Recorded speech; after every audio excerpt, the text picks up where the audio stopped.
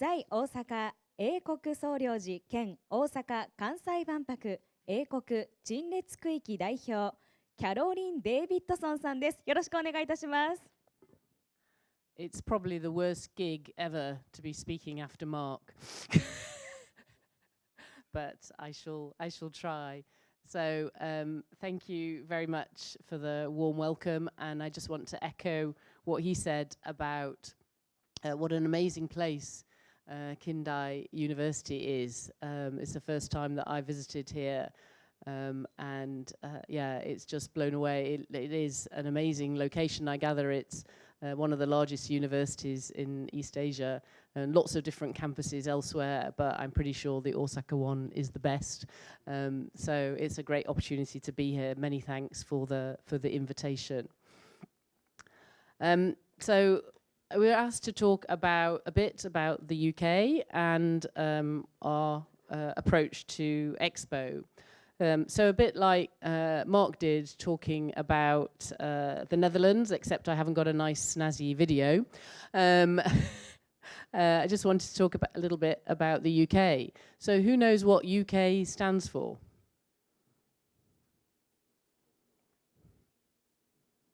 Nobody? So UK stands for United Kingdom. And we are the United Kingdom of Great Britain and Northern Ireland. And Great Britain is made up of Scotland, Wales, and England. So within the UK, we have what we call four nations: England, Scotland, Wales, and Northern Ireland. That's a really difficult concept in Japan because there is no way to translate nation that doesn't become country. It just becomes koku. And so how can we have a koku that has four more koku inside it? It just doesn't work. But we are very proud of the fact that we are four nations. And one of the things that we will be showcasing at our pavilion is very much the fact that we are four nations. It's also very confusing because when we play certain sports, like the Football World Cup, it means we have four teams. So I have a really good chance, when I'm the British Consul General, of being able to support four teams in the World Cup. Whereas most Consul Generals only have one team that they can support. And then in the Olympics, we just have one team, which is confusingly called Team GB, not Team UK.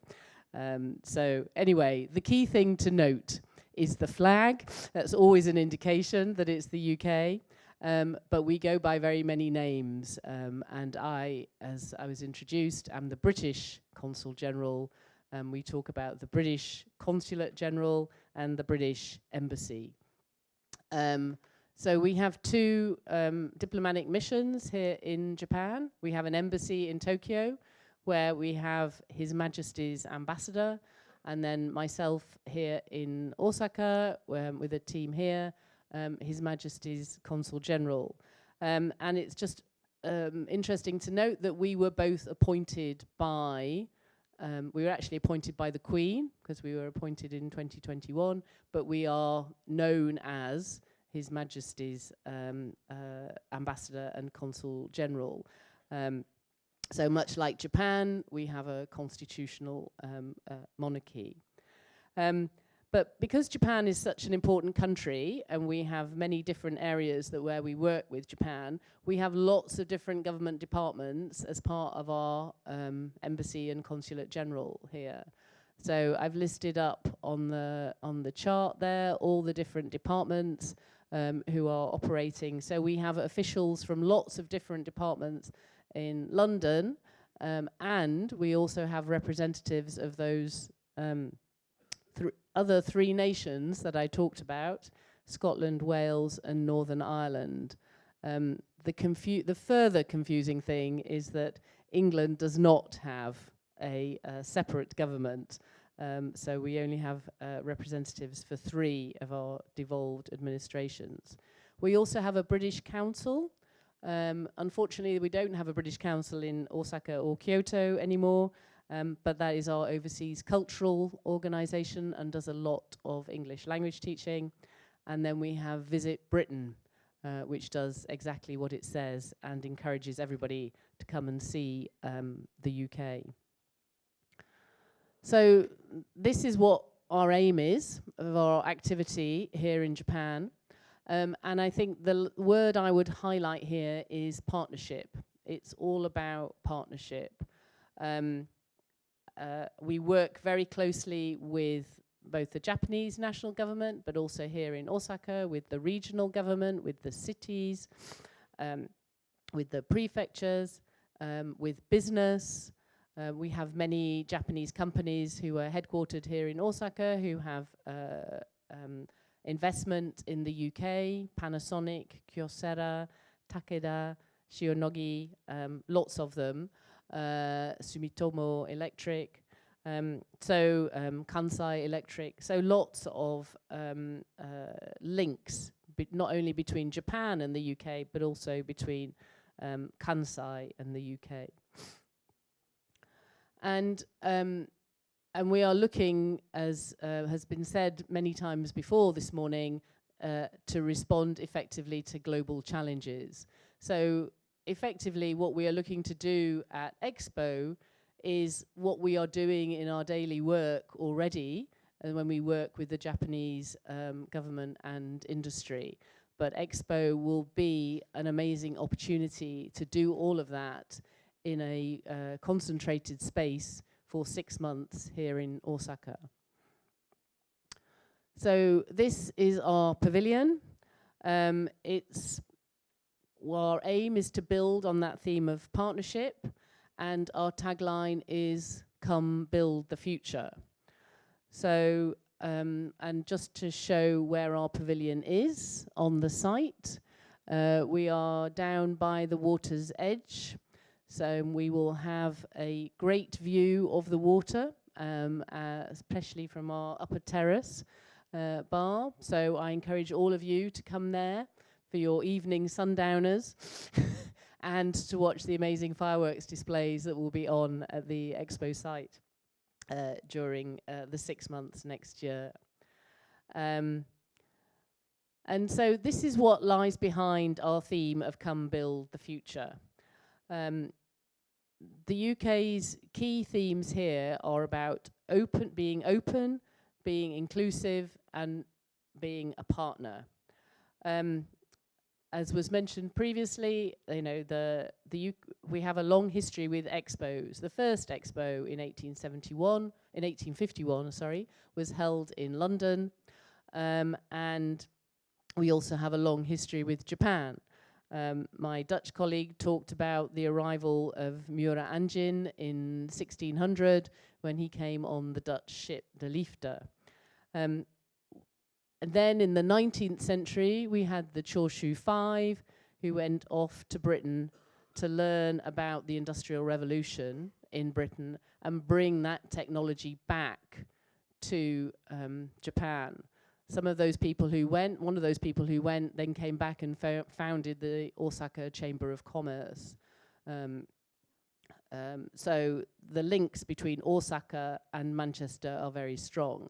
It is not for nothing that Osaka is known as Manchester of the East. And it was that sort of the idea of sharing technology and sharing ideas, which I think has driven the UK-Japan relationship throughout its history. And that is very much still at the heart of what we're trying to do. And that is very much what's at the heart of our pavilion and the future beyond Expo. So our pavilion has the appearance of building blocks, and we see ideas as those little building blocks. And the UK is a place where those ideas come together. We have had a great history of many inventions which started in the UK. The steam engine, the telephone, inventor of the World Wide Web, Tim Berners-Lee is British. So we have a lot of history of invention, but it's not because we have the best ideas, it's because we provide a place where the best ideas can come together. And the reason we are able to do that is because we welcome people from all over the world, and we welcome different ways of thinking and diverse ideas. So diverse ideas and people, when they come together in the right environment, lead to really big world-changing innovation. And that is the theme that underpins our pavilion. And excuse me. So as part of this, we will show that everybody here, everybody who visits our pavilion, everybody has their own ideas. Those ideas are capable of changing the world. And as others have highlighted, the world is facing unprecedented challenges at the moment. So we need all the best ideas that we can get. And our focus at our pavilion will be about encouraging how those ideas can come together to deliver that big transformational change. So this is just a summary of what I said. I mean, effectively, the UK is often seen, certainly by many people in Japan, as a country of the royal family, of castles, of cream teas. I think that's, and possibly whiskey. But we also have a lot of, as well as a lot of tradition and history, we also have a lot of diversity. We, our queen who died 2 years ago was, had been on the throne for 70 years. She had an Instagram account. So she combined tradition with modernity. And we have very, very old universities, Oxford and Cambridge. They are leading the most cutting edge, innovative technology. And we have old theatres across the whole of the country, which are showing very new creative talent. And our famous writers stretch from Shakespeare to Kazuo Ishiguro. So, and from Peter Rabbit to Paddington.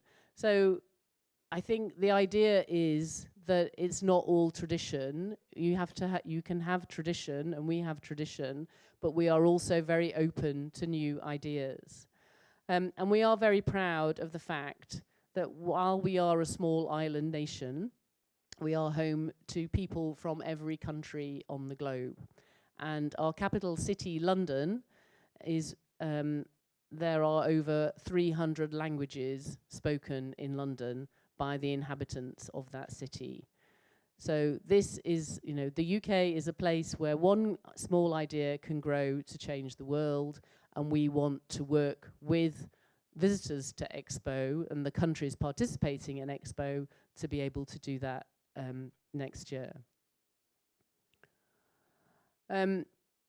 So the SDGs, obviously very important, and next year is an important milestone as we assess how we are doing on our progress.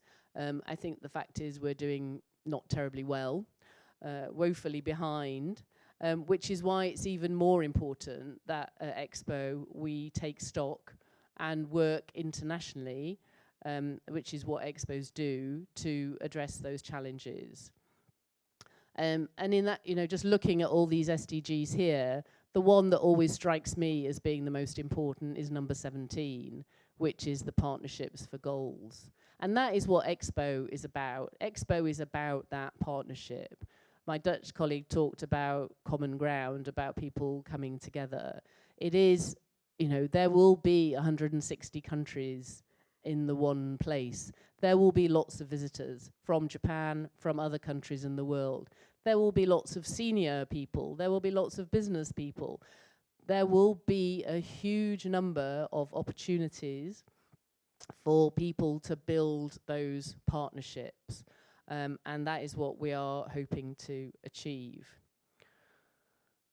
So our presence at Expo, we have got 3 SDGs that we are particularly focused on: climate action, life below water, and life on land. I think these are all, and our actual pavilion is in the Saving Lives zone. But I think what I do want to flag is just the whole sustainability piece about this. And particularly give some, for example, some examples of what we have been doing on circular economy, particularly.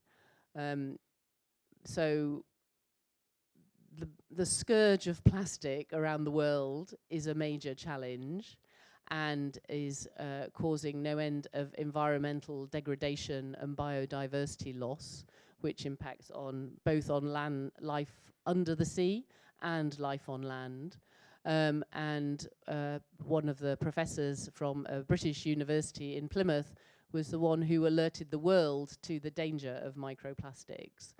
In the UK, or rather in England, we have brought in a ban. Sorry, this slide is a bit outdated. It says October this year. Obviously, we haven't had October this year.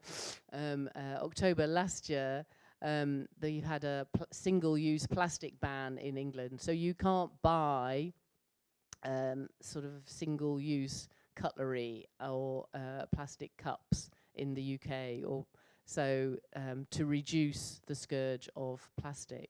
And we also have a big focus on reducing and reusing products so that we reduce the amount of waste. So not just looking to recycle, because recycling also takes energy, but actually reducing the amount of products that are out there, the amount of packaging that's out there in the world in the first instance. And our pavilion design is very much part of our focus on sustainability and addressing climate action. The pavilion will be built using steel and structures that were used in the Tokyo Olympics. It's a British company who are designing and building this.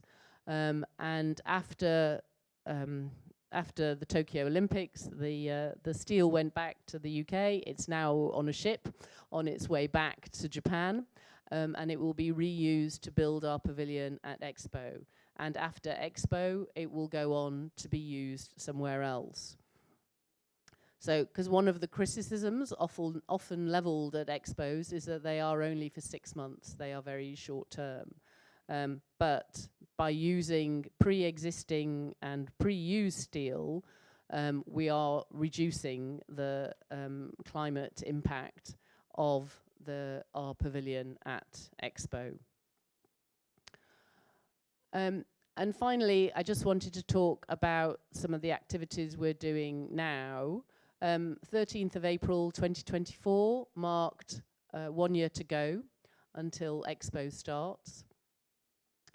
We have begun a campaign called Mission to Expo, and here in Japan we will have a whole series of events and activities throughout this year which will be aligned with the themes that you see here on the screen. And all these themes align with the Theme Week themes, which Sako-san talked about before, Kasai-san talked about before, as part of the the activity that will be going on at Expo during 2025. So do look out for lots of activity around all of that over the course of this year.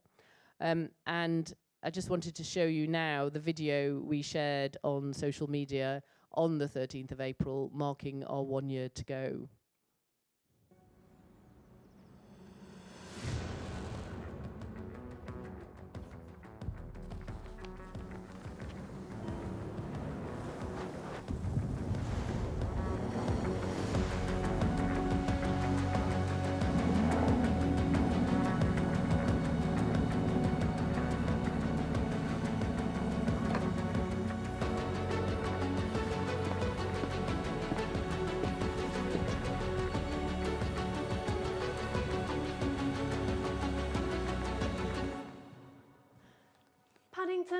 What have I told you about sitting in my chair?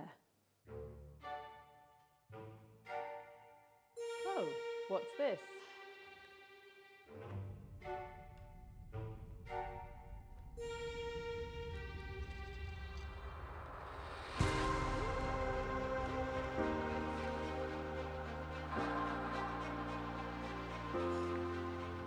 One year to Expo. Mission accepted. Wait, Paddington, it says here, you might have a friend coming to Japan.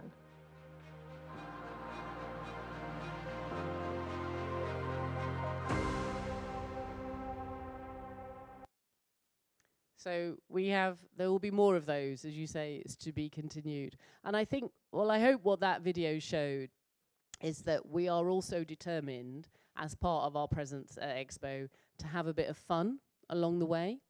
I think the UK is a bit like people in Osaka, known for its humour and its quirky approach to things. Most of you here today are probably too young to remember, but when we had our London Olympics, the opening ceremony involved a scene where the Queen jumped out of a helicopter with James Bond. So that it's that sort of approach that we also want to bring to Expo, because it has, Expo is going to be very educational and inspirational. It also has to be fun, because we need to engage the attention of a lot of people. And, we can engage the attention of people of your age and above, but we also need to engage the attention of children who are younger than you, because they are the ones who are really going to be affected by this future that we're talking now. So we want them to be interested and engaged. And I suspect just talking about SDGs is not going to be the way to engage them. So we will be thinking about what are the interesting, fun and interactive ways that we can engage with people at our pavilion. And finally, just to close, one of the other things that we think are really, really important and a key message about Expo is actually bringing people together. So there will be 160 different countries represented at Expo. There will be representatives from all those countries present at Expo. There will be a lot of Japanese visitors. There'll be a lot of international visitors. It is an amazing opportunity for exchange of ideas, to get to know other nationalities, other cultures. As Sako-san said, it is, knowing somebody else's culture, being curious about somebody else's culture is really, really important. So we are doing a lot of stuff to encourage those people-to-people links.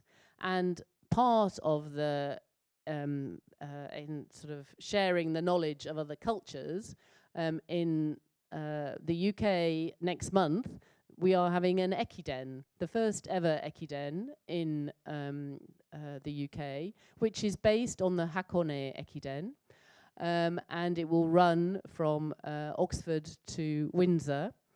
It is sponsored by the Nikkei, so they obviously see it as also a very valuable opportunity to build the links between UK and Japan.